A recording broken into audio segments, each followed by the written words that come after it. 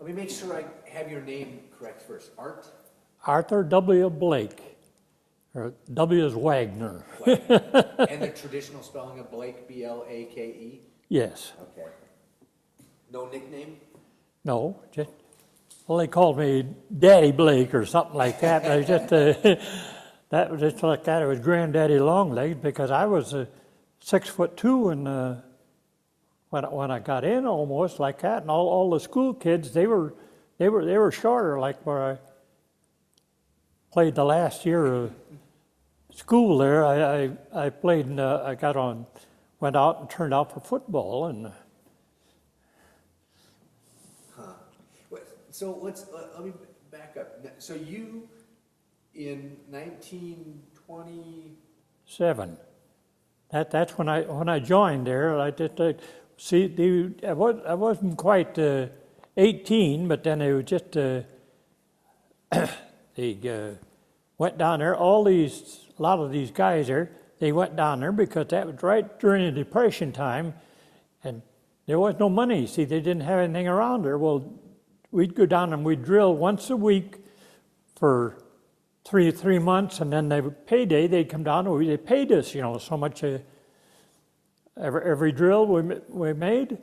So we were just like that. So every 3 months here we had money in our pockets, whether anybody else had them or not, and we just. And that was the National Guard, the reserves. That was the National Guards. Yes, it was the first when I got in, it was 161st Infantry, but then we just as soon as they got that was out of World War I deal there at the Armory, and then they changed over from that and made it to the 248, and they changed out. It was still right in the same armory like that, but we were clean back where we started out with the campaign hats and leggings, and we had that old choke neck collar on our uniforms and stuff like that. We like that. Then after that, then they started changing the uniform and getting down there where we had trousers instead of having to put our leggings on and everything else like that for drills and stuff. But then we just stayed right in, and then several times the state didn't provide enough money at several times there, so there was a little bit of a gap between the time there like that, but we stayed right in. But just as soon as they started again, we were all right down. You couldn't hardly get in the guards because the guys that get in there and they just stayed. They so you were what, a high school kid then when you first? Well, yes, I was the last year of high school that I was at the ninth grade or whatever you call it, or it was like that, and I just was going there, and then I just turned out because we liked these trips, we'd go with and then when we were playing football, they'd always put me in as a tackle, but then when they had scrimmage or anything else like that, they always put me in as a fullback or something like that behind the line, because if I could stand up and see where the play was coming, I could head right straight towards that, and tackle them. See, well, this one game we played there, there was one pretty good sized guy in there. Well, every time he got the ball, he just made yardage. They couldn't stop him. So then the coach turned around and told me to go in and stop that guy. Well, it was just the idea that it wasn't playing dirty or nothing like that. Well, they gave him the ball and he started like that, and I just went over there and I tackled him around the legs, right, and he stopped right in the line, see? Well, then he made another play there like that. I caught him again. Well, then they took him out of the game, and then we played, but that whole year that we played football, there was only one team that had scored on us until the last game, and then they brought up some of these things here where they checked back at our quarterback or something like that was 1 year older or something like that. He'd been an orphan or something like that and had been adopted. He thought that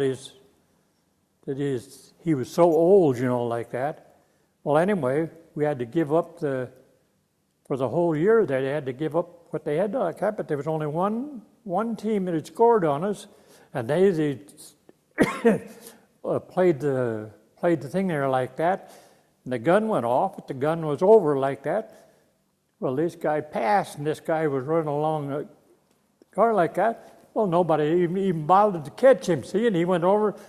That was the only one. He made a touchdown, see, but it was just that when the gun went off, well, we just quit playing, see, and Well, now, did you stay involved all the way up to World War II with? well, what I mean is when we got out of the come back from Aleutians, well, then they we stayed in because we were froze for several years. We were slow like that. We couldn't get out. See, and I was by that time I was a motor sergeant. I was truck master. Well, at drills on nights down there on Monday nights, well, we'd have these trucks. Well, I caught these guys down there like that. They was three abreast, and they was racing down the down the streets, you know. And I went back and I squawked and made a fuss about it, and they finally come by and said that, well, anybody that there was a hardship, they could get out. Well, I just out of my head, I just said, well, anybody wanted like that, they could put my name in or something like that, and forgot about it. Well, about 2 months or 3 months later, come to drill, and they was all laughing and pointing at me, go on, turn your uniform in, you don't belong anymore, or something. Well, I didn't know what the heck to do on Monday nights, because it was just like a lodge meeting, you know. We just automatically went down there, and so then I got out, but then I stayed right in till I went like that, and then finally I had enough points so that when I got 62 years old, then I could draw a pension, you know, from the Army. So then I was working for the school in Kashmir here as a custodian. I wasn't a janitor, I was a custodian. Well, anyway, we went and I rode into Olympia, not Olympia, it was down to Fort Lewis.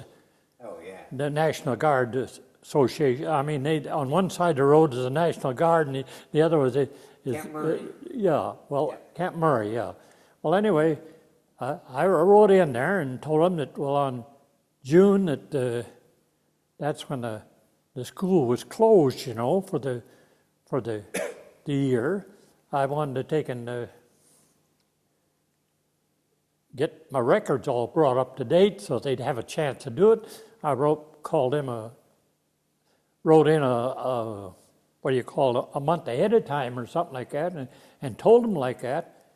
Well, here 2 days later, I get a letter in the mail like with Brigadier General Arthur W. Blake, and he says, "Hi, Daddy, glad to hear from you. Your records are all brought up to date," and he said that he says on July 1st or something like that, you will receive your first check. Just like that when you get through, because I wanted to help them clean up the school, you know. At the end of the year, that 3 months that they're off, that's the only time they had a chance to work on the school and redo the floors and do our painting and everything else that they did. And so I got down there and retired. Well, then I'd make more money there than on my Army retirement and my school retirement there. I'd make more money than what I was working at when I was working at the mill. I worked down there at the mill for 18 years in town here, and when they was looking for a custodian up at the school there, I asked them at the mill for a different job because I was a tail sawyer, and you run water on the saw to go like that to keep the pitch off it. Well, in the summertime, you don't mind it because that breeze like that, because there was no heat in the mill. But then in the wintertime come and all that, and you were just soaking wet, you couldn't hardly get up and down the steps, you know, because you were so stiff. I wanted to change jobs in the mill there and do something else, you know, where I could use my weight or a little bit or something like that. And they said, well, the green chain, I couldn't handle the cants, and then the other ones was a dry chain, and he said that there runs too fast. You couldn't keep up with it. See. Well, so when they wanted a janitor at the school there, I went over and asked them about it, and they said, well, we can't pay you the money that you're making at the mill. And I said, well, what can you pay? And they figured back and forth for a while there like that, and they said, well, we'll start you out at $300, and then every year you get a pay raise, see? Well, that was better. I said, I'll take it. And they said, well, they'll be mad at you. I said, I asked them for something else, and I said they didn't have anything. So I said that they wouldn't believe it, but I said that I worked there for 18 years, and I never paid income tax on $5,000 a year, and we worked 6 days a week. Saturdays was time and a half. So we weren't making a whole lot of money. So when they told me they'd pay me $300 there to start with, and every year they'd give me either $100 or $200 raise in the school there, because I didn't put in for a raise or nothing like that, but they just have a meeting at the first of the year, and the superintendent, he just go like that, all these different schools around the county are paying so and so much. He said, well, we've got just about so much area. This year, we're going to pay so and so much. Well, then that was $200 more than what we were making, see? Do you remember where you were when you heard about Pearl Harbor? What was that? I didn't. Do you remember where you were when you heard that the Japanese attacked Pearl Oh, Harbor? well, I was coming back from the Army college back in Fort Monroe. I went back there. That's the only way we could get a promotion, because we were just practically froze there. We didn't all that many guys in the same outfit. Somebody had to die or go before you get a raise. Well, by going to school there like that, I got to make a staff sergeant. See, I made a truck master, auto mechanic. Well, when I come back from there, rather than ride the train, one guy there, his wife came back there. They were from Texas, but they were going to come up and go as far as Oregon, and then cut down to like that. So the 5 guys that were kind of buddies during this going to school, like that, they said, come on, ride with us. Well, so I rode like that. Well, when we was at Springfield, Missouri, well, then that's when they started, Kate Smith started singing that favorite song of hers, God Bless America. Well, they were like that, and we didn't think much about it, see. Well, the next morning they were like that. Well, then the president announced that all leaves were canceled, and to report to your outfit immediately, like that. So they said, well, we'll head right straight for Texas, but you just take the bus and go into Oregon where this other guy got off, and then go right up the coast to Washington, see? So I was in Springfield, Missouri, and I never got treated so good as I did there, because any soldier, anything that was on the street, there'd be a dozen people stop him and ask him, did you need anything? You need any money? Are you doing anything? Or do you want to go out this weekend or something like that? We got a dance or something. They just like that. They'd even have cars waiting outside the gate there that they'd put in. They wanted 2 boys or 3 boys or something like that wanted to maybe go to church or something like that and go out for a picnic and spend the day. Well, they'd come right up the gate and pick them up, take them out there and bring them back to the gate, on Sunday. So I never met people like that, because they did just stop. Or down south there, a soldier, they just stuck their nose up there like that. You talk to them, and they were supposed to be this Southern hospitality and all this stuff like that. Well, they just, any uniform like that, they didn't give a hoop, it seemed like. So where did you have to report to then? Where did you report to in Washington? Fort Worden. Oh, okay. Yeah, I went back to Fort Worden. Well, we stayed there for a short time. Well, they in the outfit that I was in there, that we were Coast Artillery. We had the big guns. See. Well, anyway, I was a truck master like that. Well, then went down there and we picked up a bunch. They put us guys, 13 men and 4 officers, on a cadre, and they put like that, and they went like that, and we got trained specialists, all knew all this stuff there like that, and then they said that they would get these men that were coming in, they'd give us our men, see. Well, I went there and got got the equipment and stuff like that, and got the training, and then because they was just 13 men, well, that's not very much. You can't sneak out of stuff, you know. So every day they changed, and one day you'd be given on a 50 caliber machine gun. The next day maybe you'd be a 30 caliber machine gun.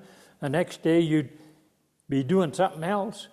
And all these guys are like that. They just blindfold them and dump stuff out in a blanket, and then they'd have somebody there pick out a part. You tell them what the shape of the part was and whatever like that, so you could see even in the dark. You didn't see it.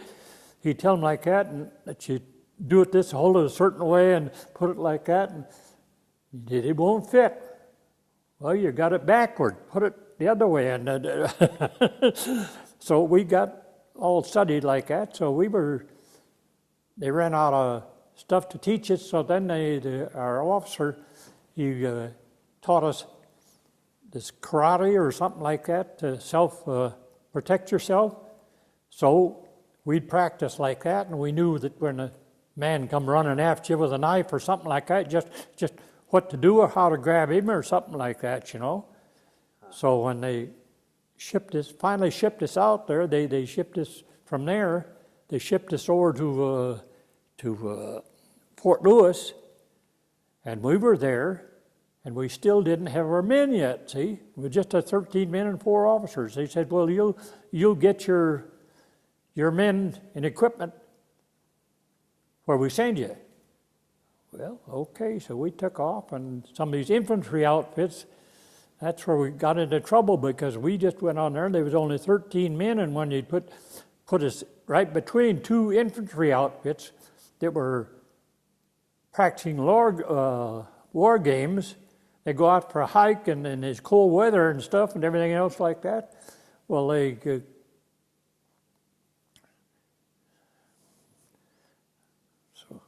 went like that. Well, we got to complaining, you know, like that, because here they were just building up, I think it was Fort Richardson in Kodiak, Alaska. They were just kind of building up because they was getting a lot of these men in and stuff like that. Well, they were running like communication lines, you know, and telephone lines. Well, we had a man that was a specialist that went through there. He knew how to hook up all these switchboards and all that other stuff. And he climbed poles or run a line or anything like that. The same way with the mess sergeants. See, we had a mess sergeant and those 13 men and 2 cooks. Well, they went down. They went down to another outfit, and then they just worked right in and cooked in there while there was. Well, anyway, when we got up to the Kodiak, we went from Kodiak to Dutch Harbor, Alaska, or on Alaska Island. Well, anyway, we got there. Because we were a Seacoast Searchlight outfit. I mean, because we had trucks and everything and lights and everything else like that. Well, we were trained on them. Well, we had specialists that where a light wouldn't work. We had one of these guys there. They was go right out there and tell them what's wrong with their light and how to fix it. And so what were when you say the lights, what type of lights? What were these lights used for that you? The lights, well, see, they were used on the Seacoast Searchlight outfit. When we first got in there, we were supposed to be. We had four units that they would just put 2 lights at the mouth of right where the Puget Sound comes in there, out there, Port Angeles. There were supposed to be 2 lights here, 2 lights a little bit further down the line, and then 2 lights like that, and then the last 2 lights took care of all the lights, you know. They were down at the mouth of the Columbia. Oh, wow. And it was my job as a motor sergeant. They gave me a Jeep, and I was supposed to travel from these different lights and keep going and stuff like that, and anything that they needed or something like that, and travel back and forth. Well, before we got shipped on that, they shipped us up to Alaska, see. Well, when we got up to Dutch Harbor, it was Dutch Harbor, it's that same place here. Well, we were stationed right there. Well, then they took and changed us. They took me and sent me out with anywhere up to 60 men to take and put up a searchlight outfit out on one point of land or someplace like that. And then they had 13 lights. Well, anyway, they run us out on these islands, and they'd bring us our rations and our mail once a month. And while we were out there, we went and built these Quonset huts and everything, or whatever they had. We built the buildings and everything else and fixed it like that, just almost like a CB outfit like that. We were stayed there. They'd bring us our mail and our ration once a month, except in the wintertime. Sometimes it would be five weeks between supplies. We had enough supplies. We never went hungry like that. But our biggest trouble was with loneliness, because we'd be out there and all there was is the seagulls to go like that. But like you said, what they use these lights for? Well, in Ballyhoo, or that's right behind Dutch Harbor, on the mountain there, they had all these gun emplacements. Well, they couldn't see out and things like that, but they give each one of us a grid map of areas that covered up around where we could see from like that, and we had these binoculars and searchlights, and these searchlights were so powerful, there was 800 million candle power. See, so just like if you shine it out like that to where it hit for 28 miles, that's right where the earth turns like that. You could hold up the finest print on a newspaper and read it without any trouble.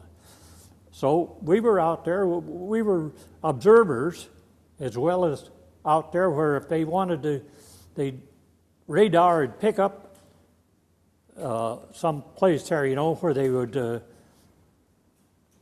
where they got a real strong report or something like that, you know, like somebody was trying to sneak in on Dutch. Well, they would just phone us, you know, or radio us and tell us that in such and such a grid, you know. Well, we knew what area it was. Well, then we'd go out there and we'd turn the searchlight on and we'd search all over that area like that.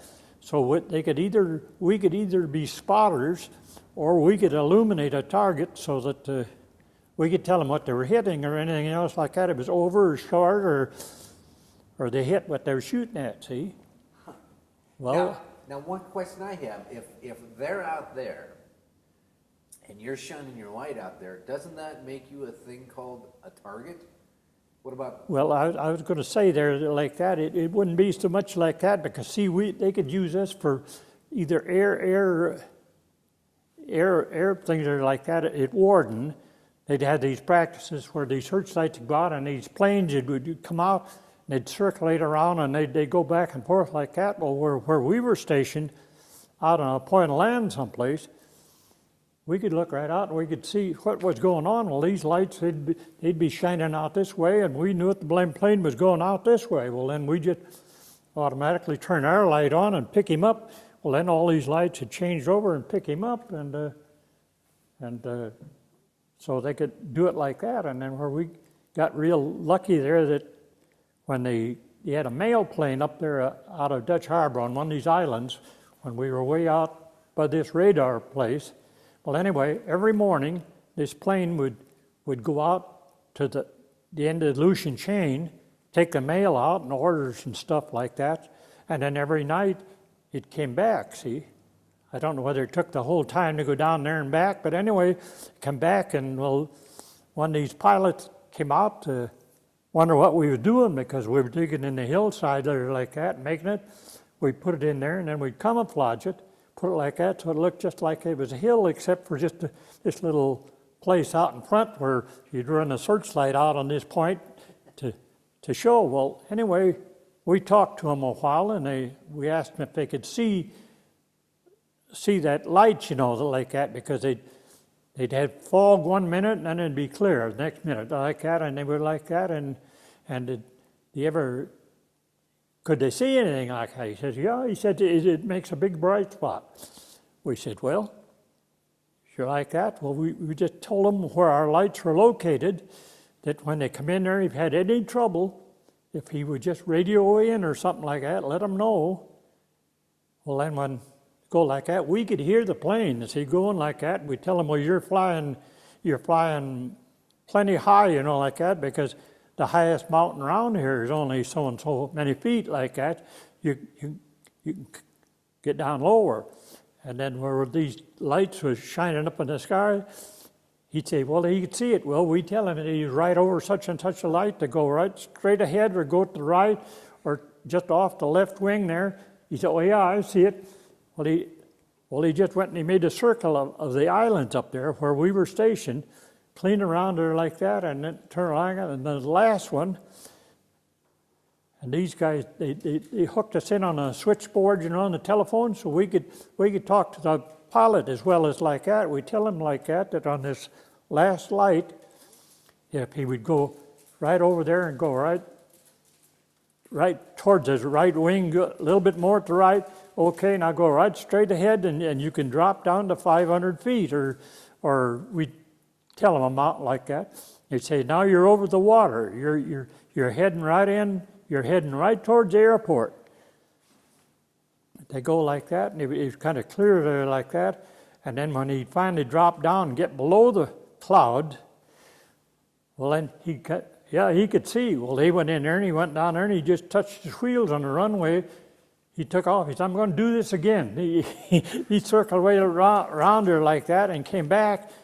And he says well, we never heard anything from it like that, except that we could talk to the pilot there, and we could tell him that whether he was compass or whether he knew where he was at or anything else or like that. We could tell him he was right up like that to head right towards this other big bright spot. And wow. So now, I'm trying to remember. My history's not that good. The Japanese actually made it to Dutch, didn't they? They what? Did the Japanese make it to Dutch Harbor? Oh yes, they were out there at Attu and Kiska. They were making quite a stand out there like that, and that they were fighting all down this chain. And we were just out of Dutch Harbor. We were, say, about the first big island, right just past Dutch Harbor. There's Unalaska Island. That's where the outfit was there. But this whole string of islands around the outside there, we were all covered like that where we could help like that. Well, then they kept fighting them down there till they got down to Attu and Kiska. Well, that's where we'd been there for quite a while, and they'd send some of these fellas that they got battle weary or something like that. They get in there that maybe their buddy was shot right alongside of them or something like that, and they'd kind of go out of their head. Well, they'd take these fellas like that, and they'd bring them back, and they'd put one or two in our outfit on that searchlight, and they'd stay there. During the daytime, they were perfectly all right, but as soon as it started getting dark at night and they'd go to bed, then they'd start having these nightmares, and stuff like that. So what they did was I took all their ammunition away from all of them, and took their bayonets and locked them up in the searchlight kit as a steel big case, put them all right there, and they tried everything they could to they wanted 3 rounds of ammunition in case to fire the gun and in case of fire or something like that, because they had somebody walking guard every night, Well, anyway, like that, I said, nope. I said, the best thing to do, I said, if there's a fire or anything like that, I said, just go into the first place, tip the bunk over. I says, the guy, he'll get up fighting and screaming and like that, when I just holler fire, and right to the, I says, you just tip them like that, and so it's like that. I just figured that if they got like that, they'd save up their ammunition, and then sometimes they'd get in trouble. Well, then they'd want to out and shoot seagulls. I says, that's all right. There's nothing here to shoot but seagulls or something like that. So I just left them like that, and then when these guys got quieted down, so they'd sleep, they'd kind of snore, but then the guys, they wouldn't sleep with their hand on their bayonet scabbards or something like that to hang on to.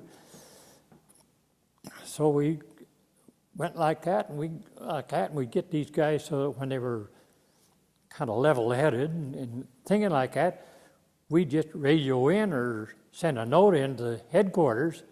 Well, then they'd come out and they'd replace them with somebody else, see, and they'd take him back in, and then that way he could be turned loose into society, you know, that where he'd kind of. So you were therapy. Yeah. So. Roughly how many people did you have on the island with you when you were out? Well, like with our outfits, see, they broke them all up into just groups here. Like some of them, like I said, some of them, the big ones like that, where I'd have almost 60 guys, and then they got down to where they were just 13 or 14 guys or like that. All it was stuck on an island. Just like that. We were there. We had a cook. We had our cook, and we had a mess sergeant or a guy. Well, generally the cooks would take care of that there, right? But then they had we done everything right there, and all they do is they'd come out and they'd drive stakes where they wanted certain things, and then they'd just come out and check it out like that. Where we got into trouble one time there where we went like that. Well, the engineer department, where they hadn't thought about it, they tested all these lights and things on the level inside. Well, when you get up there and get a snowstorm and there's this much snow, and your searchlight, thing like that, you open the doors, there's only so much room. You had to let the air out of the tires, turn the searchlight a certain way to get like that. So when we built these Quonset huts, instead of just making them just 4 feet high, we added 2 pieces of shiplap on there like that, raised it up so that when they wanted the light in action, we just grabbed it right out and run right out through the snow and set it like that, and we were in action, see? So they said it was a good idea, but any time that they sent out instructions that a building was supposed to be built just a certain way, even if it was wrong, you built it that way, see? Well, we couldn't see that, so we wrote by letter of endorsement like that, explained it to them, and so they would change it so that whenever in foul weather like that and the snow and they're known to be a lot of snow in the Aleutian Islands up there, and so. Theory is a wonderful thing, but practicality is much more important. Yeah, well. So you're out there quite a while. I mean, you're out on this island, out in your. Well, like where I was stationed up in the island like that, it was 27 months. So what did you do to fight the boredom all day long, or what was a day like? Well, all we did is we just done certain things. We filled up our oil barrels or something like that, and they're like that. But what bothered us the most is when these launches would come out, some officer would commandeer a boat and come out to inspect and look around. Well, anybody that comes out, they were supposed to go by the office, and they had cardboard boxes like that, and every time a new magazine or paper or anything like that came in, they dropped them in there. So when the officer come out, he just picked up that box to that place where he's going, see? And so he'd go out and they'd inspect and find everything, they'd try to find them wrong, you know, like that. And then they're like that, well, did you bring the mail? Oh, I didn't go by the office. I just went like that. Well, you know, there was no need to asking them to do anything for maybe 3 days. Then finally the guys had come around, well, what are we going to do tomorrow?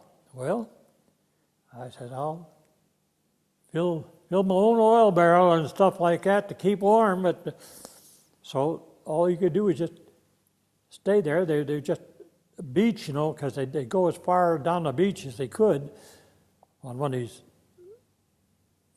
islands where the big hill there like that. They'd blast out a place there like that, and or all this gravel, they'd level that off, and then that's where they built a lot of these Quonset huts, see? But then up on the top of the hill there was where they had their light. We'd go out and go up the side of the hill there to man the way. So I assume you had to have your own generator and. Oh yes, we had two coal light plants like that. We'd run one day, and then we'd shut that one off, and we'd run the other one the next day. And they also had their like that on those like as you'd think there was lots of drinking water.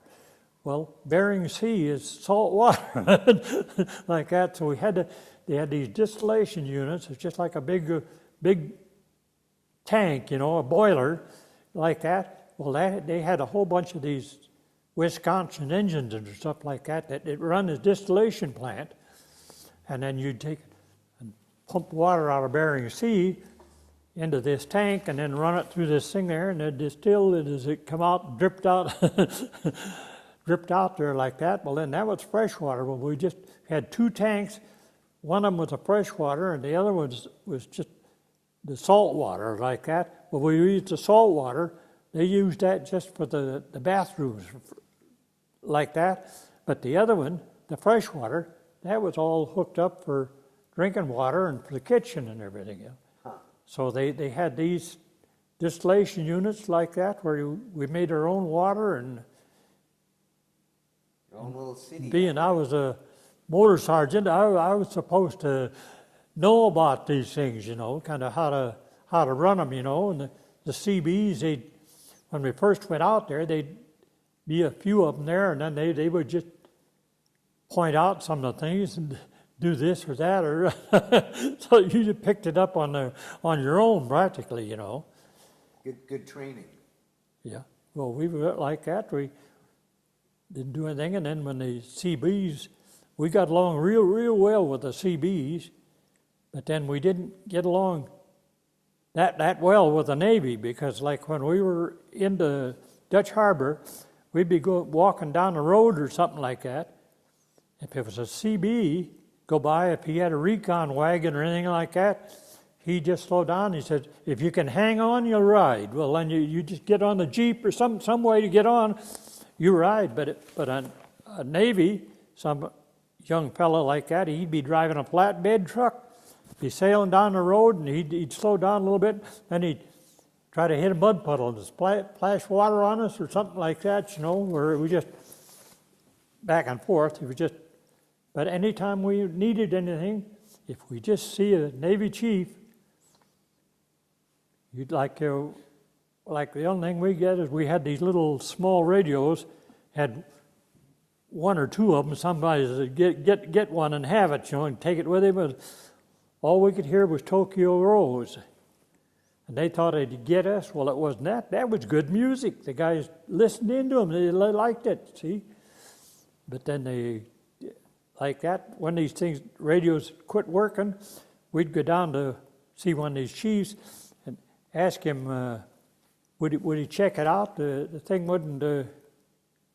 wouldn't play anymore or something like that. And he said, well, just leave it here for a minute. And he says, if you go running around on the island there or something like that, he says, drop by in an hour or so. I'll see if I can find what's the matter with it or something.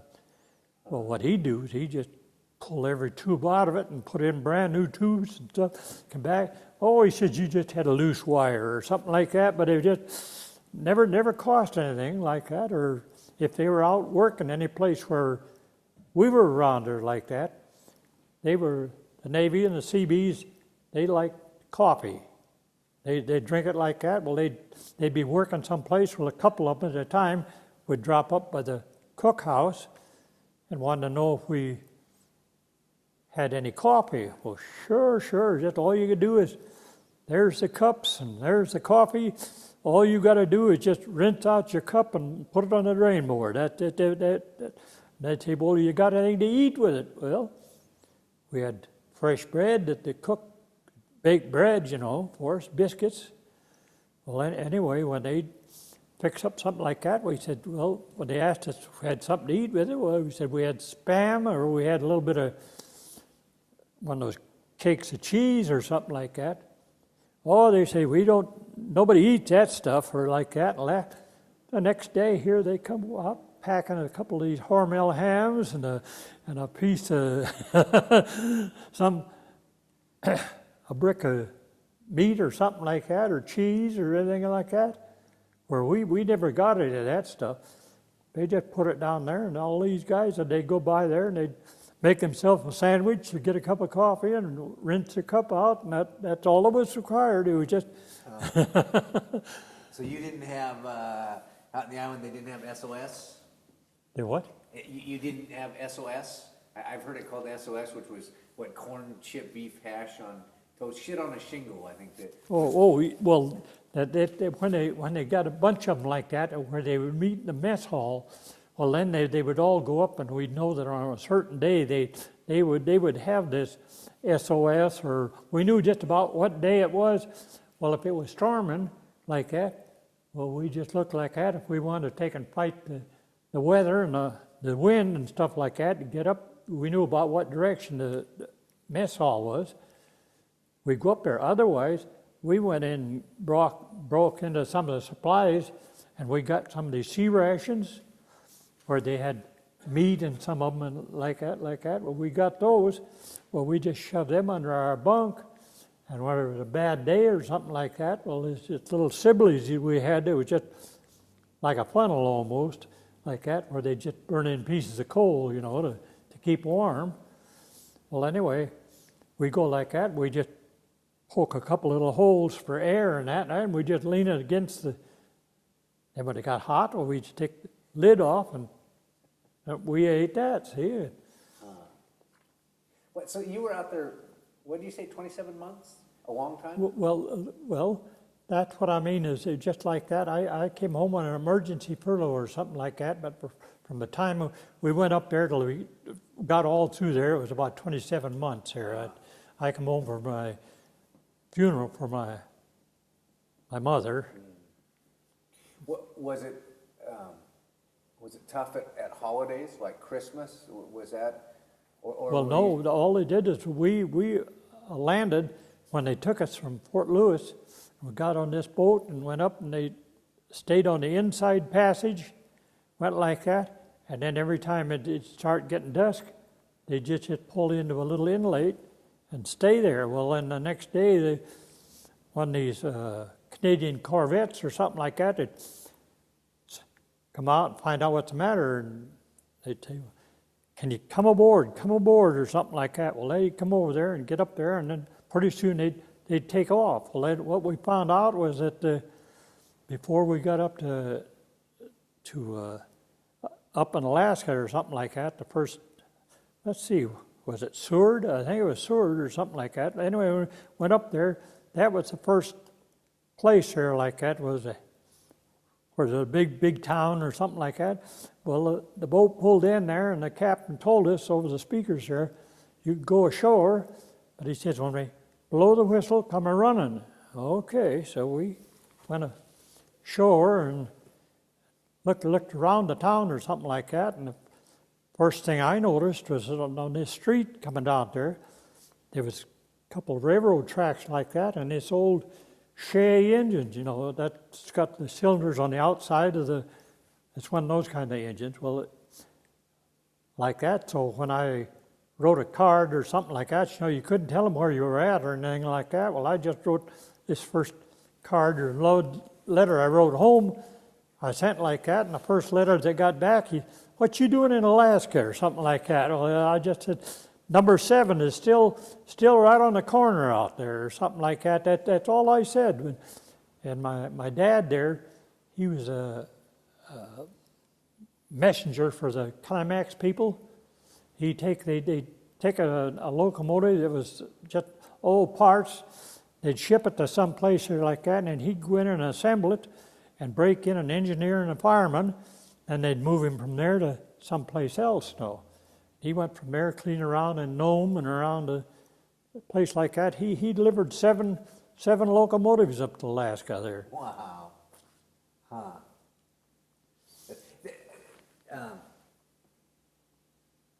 So the hardest part was boredom? Yep. Loneliness, yeah. Because all it was like we had a record player. You could play record, but then if you sit out there and you just play records like that, they don't do that much anymore. And there was they had a baseball bat and a couple of gloves and a ball or something, but then you don't go out on the beach where there's boulders and stuff like that, just out in the open like that. You don't go out there and play catch or nothing like that. So it was just like that, unless you kept them busy, like building these buildings, putting them in there and stuff like that, and there'd be so much to do and like that. And then finally, later on, we got connections with the CBs, and they asked them if they had one of these water wagons, one of these like that would hold 500 gallons of water. Well, anyway, they went like that. We had a tractor there to haul back and stuff, but they'd come in with a barge and maybe 1,000 barrels of oil or gas on there like that. Well, all they do is they just tip it overboard, see? And as the waves wash it, it'd come ashore, and then we'd throw a rope around it and pull it up to where the waves wouldn't get at it, see? Well, anyway, we got like that. We asked for this wagon because of one place we went like that, we had a road kind of down the beach to where it was kind of a beach, where it'd be easy to land and stuff like that. Well, we got down there. Well, we found this little bit of a spring in the thing there like that, and he was just running. Well, we just put this trailer and shoved it underneath that there, and it'd fill up full of fresh water, so we didn't have to make a whole lot of fresh water. We just pull that up, and then they just pump it out of there into the big tank. And there's that Yankee ingenuity that won the war. I mean, that's prime example of it. So R&R, Dutch Harbor, is that where you went for a little? Did you ever get off the island for? Well, no, I didn't do anything like that except where we were up there. Most of the times where we were like that, where they'd put these, like a squad or something like that, and they'd take them out and send them out to one of these islands or something like that with the search sites, and the CBs was like that. They had a lot of the equipment. They'd get out there and they'd run cables and stuff and load it ashore and stuff like that, and they'd kind of get it set like that. But then we maintained them and everything, took care of them after it got like that. But like one of them where this one searchlight outfit where they had the radar out there. When we first went there, they just assigned us rations. They was just 8 or 10 of us that were out there, and then we just dug this hole in the side of the hill there and fixed it like that and built our own Quonset, and then we just stayed there and we ate at their mess hall, see. It seems like it would be lonely. You didn't have any companionship of the opposite sex out there. You had a bunch of men out on these islands. Well, they were supposed to have been an officer in charge, but they stayed in where they go to the officers club and stuff like that. And so that's what I say. Some of them, they were real. They'd been in the service before, and they had a brain in their head, you'd say. But some of these other ones, they get like that, and they get some second lieutenant that was just like that, where all he'd ever done was sold maybe some life insurance or something like that. He'd get up there, well, then he'd go up there and he'd start telling these guys who are running these big cranes and stuff like that, loading, making place for gun emplacements. He'd tell them they wasn't doing it right, they should do it like that. Well, these guys, they just shut their machine off and go down and lay on the bunk, and, well, we got to get that done or something like that. Well, get that guy out of our hair. So then they were like that. Well, then so when you get out on an island like that, where there's only boat comes out, you know who'd catch some of those lieutenants? They get out there and they just, first he wanted a table by himself and like that, and they had to take and be like that, and the rest of the guys eat something like that. Well, then finally after that didn't work out so good there like that. Well, then he'd go like that, and when they'd come in to eat at noon, he'd generally sit down on one side or the other side of me and tell me kind of what he wanted done in the afternoon or something like that. Well, I'd go to take a bite of food or something like that, and he'd reach up with his hand and kind of hold it, and the guys got to kidding me about it. So like that, I just changed it from the other hand and eat with the other hand, you know, like that. Well, anyway, we went there, it was just Christmas Eve like that, and we went in there and we got notified from up above a gun emplacement up on over the hill or over the mountain there from us, that a road went up to there, you know, and then if they'd send 3 or 4 guys with their rucksacks and stuff, get over there, they'd give them their mail and stuff early, see? So they go like that. So we went out there on this day, and it was drizzly and raining and it was wet, and we went out there and we stayed there all day long, you know, waiting, watching this place where we figured they would come out like that, and when we saw them coming, then we'd go out, meet them part way and take their packs off and stuff like that and help them. Well, here it just almost got dark, and I said, well, gosh, I said, they'll never go out there now. So we went back to camp, and down there like that, we had a deal there like that. We had a telephone line that came down, and they weren't connected together, but if you twisted those two together, you could talk to this gun emplacement, see? Well, this lieutenant, he got the bright idea that he wasn't going to connect that up there till they fixed up communications and stuff like that, you know, that like that. And so we got the first plan. When we got in there, we went in there, and he said, well, they hadn't heard anything yet. And we said, well, we don't like that. I said, well, all you got to do is, go out and connect those 2 wires, and you can talk to the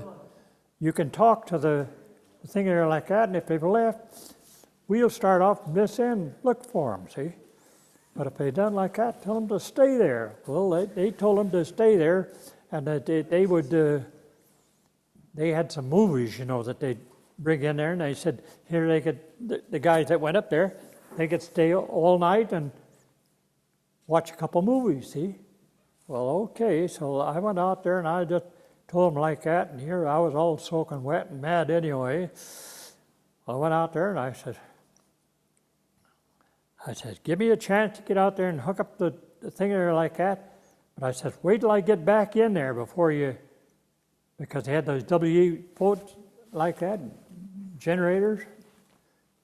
Well, I just went outside there, and here I just got a hold of those 2 wires and just started twisting like that.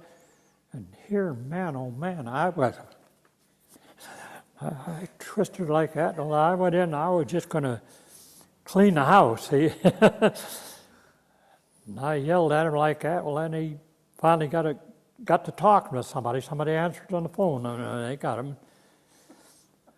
They told him like that, where he was just so blame excited, you know, about finding out what those guys are doing or something like that, but he was just scared stiff. And I told him, well, I said, boy, I said, next time, I said, I'm going to let you go connect the wires. Well, at that time I'd kind of cooled down, but you know, when you get that drizzly rain and everything all day long there like that, everything that you touched was wet. Oh, yeah. You were all cold and wet too. So you had, once in a while, you had a movie out there? Well, not where we were, but then up at this gun emplacement where they had a road. See, it was only about 7-8 miles of road on the whole blame islands up there. Well, anyway, where they put these gun emplacement or something like that, they were probably drawn with tractor drawn or something like that, these guns, and they were up there where, like, we'd find a target or something like that, and we'd illuminate and tell them where they were hitting or anything else, that, or they were short or over, or where we could do that, or even light it so that they could see what they were shooting at, you know. And Now, was that the Navy guys, or who was up in the gun? well, the ones that they were regular Army guys up like that. okay. They were just a field artillery outfitters up. So did you get along with the regular Army guys? Well, that was all right. Yeah, we got along with like that. The only one that we had trouble with, I probably shouldn't say about it, was with the Marines. We get one or two of those in an outfit, and boy, they were trouble from the time they went in there like that. Like, we had one that no matter how many padlocks you had on your foot locker, they'd pry it open to get the Vitalis or something, or a lemon extract or anything like that to drink. They'd have it. Oh boy, So you couldn't trust them all that. Vitalis had a little alcohol content to it. Was that? Yeah, well, So not only to carry your hair, but. yeah, that Vitalis, they made that where they I don't know whether they put it in a rag or squeezed it like it was a stinky Pete, squeezed it like that to make the juice, and then they'd put it like that, and then they'd after drinking a little bit of that or eating some of it like that, they were just gray, pale gray, you know, like that. Well, this one Marine like that, he was the worst of the bunch, I guess. Well, anyway, he went down there and he got on good with a couple of these sailors on some of these submarines. Well, see, they had this alcohol they get in cans or something like that that run their, I guess their torpedoes or something like that. But anyway, he went down there and he got talking to this guy there, and the guy went and got him a bottle, you know, for this alcohol, you know, like that. Well, what did he do? He just took it out there, and the first officer, he come out there and he held up like that. This guy here sold it to me. Oh boy! Well, he was just he stayed in camp. He was like that because boy, everybody was laying for him in the Navy and the Army and everything else, or you know, like that, because otherwise we didn't get any liquor rations or something like that till finally just before we came back there like that. They used to, a fellow by the name of Blackie, he was there, and he run the store there in Unalaska. Well, he got a shipment of whiskey up like that. Well, they just put it in these little glasses, you know, like that, just a shot, and they just fill that all up, and then they have these guys, they'd all line up and like that, and you go by and you pay $2, just drink it and run and get on the end of the line. And some guys bragged that they got through the line 3 times, but most of them, if they got once or maybe twice, that's all they got. Some of them will, and then maybe once a year they would have this. They said they had some beer for us. Well, it came in a green can. We called it Green Death because boy, these guys that get like that. Well, the guys that did drink, they'd go in the line and they'd get their 3 cans, but they'd give it to one of these other guys that was like that, you know. But boy, you drink a can of that like that, and you'd have such a split and headache that you. I don't know whether it was ale or what it was that they. But alcohol never bothered me a bit up there. Doing without, I mean. Yeah.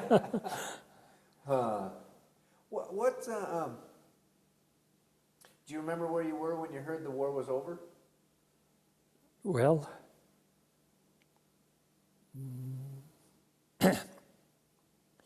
I think that we were practically back at the States at Fort Casey at that time. It was like that, where these guys that came back from where they at first had assigned us, we did come back. They said we needed some sunshine. Well, we put in for down at Santa Barbara where we were staying, and we were staying in the Biltmore. Anyway, we went like that. We told the first sergeant that was running it like that we'd like, for reassignment, we wanted to be assigned to, did you have everything up in Washington? He said, oh, he said, Fort Casey, he said, but we said, we'll take it. He said, well, why in the heck do you guys want to go there? We said, we can be home for an hour from Fort Casey, you know, we catch a ferry and go across and catch Edmonds Ferry or something like that, or... Do you think that well, looking ahead to future generations, do you think there's a message from World War II for future generations that you think should be left with future generations? Well, I was going to say that for these guys to keep they're not supposed to keep accounts or something like that, you know, keep a diary or something like that, because when we came back, they like a big ship would come in there, there'd be a whole load of ship with empty oil barrels. Mm-hmm.